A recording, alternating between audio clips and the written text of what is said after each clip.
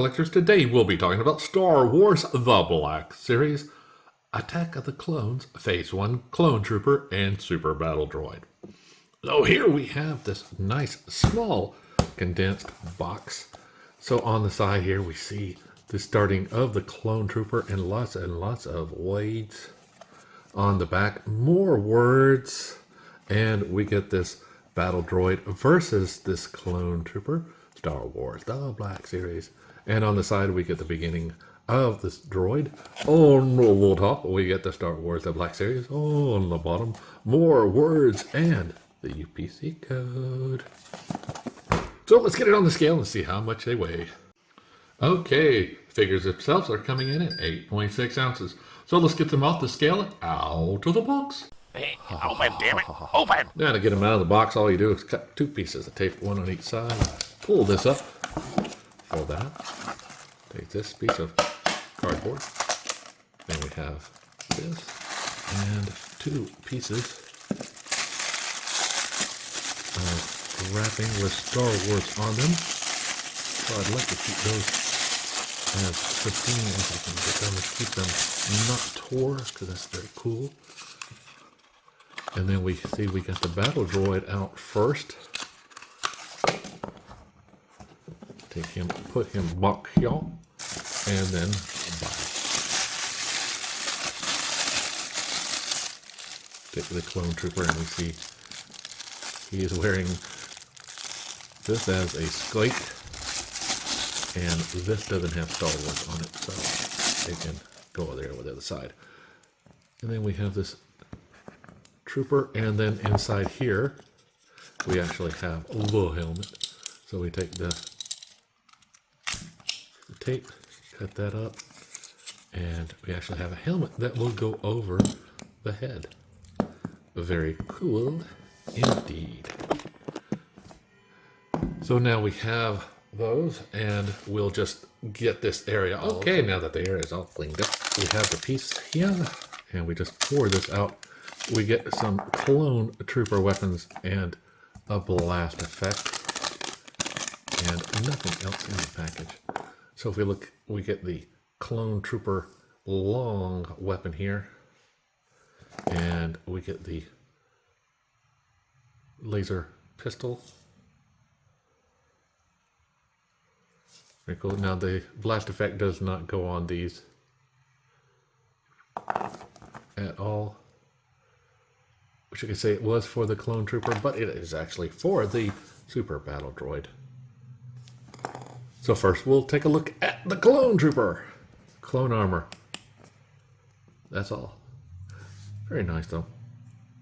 Got a nice backpack. That helmet. Red at the top. Very cool. Nice paint job there. Striping. Do this much of a split. Forward and back. Double bend. Or is it just a single bend? Let's see. It is one here, one there. So it is actually a double bend. Peg hinge here for the ankle. Forward and back. Now his hole is at the front of his foot. Okay. He has these pieces here that can slide for the kneecaps. So just be wary. You will get them whenever they move back. You can have the ankle or the foot out of the way, so you'll just have to be aware if you want to pose. Now his chest here has a peg hinge. You can spin a little bit at the waist, not much. But nope, it's all one piece. His belt is the only thing that was moving. So we have a peg or a ball joint here for his torso. So his arms do move, have a nice T-pose, forward and back, bicep swivel. We got a bend here at the elbow, just one. Wrist on a peg hinge, pretty good inwards. Not much out because of the armor. Take this helmet off, and the head has a ball joint down here and one up here, so you get pretty good motion there. Right and left, no problem. His weapons will fit in there without a problem. Now he doesn't have a place to store the weapon. If he wants to hold one, he loses the other. Sort of like video game logic, right? You can only have one gun at a time. Now the super battle droid. Arm rotates around. It's on a ball joint, so it moves around there. No bicep swivel, but he does have a swivel here at the elbow. It does go up a little bit and down a little bit. Now it does have this block here, so it will stop. Wrist on a peg hinge, goes around and in. He has a ball joint here as well as the upper torso, the chest piece. Head does not rotate around, but it does have the ability to come out a little bit. And when you do that, you get a little bit of the undercarriage there. You can see it. Yeah, so very cool. At least has that motion. Never really saw him do that in the show, but hey.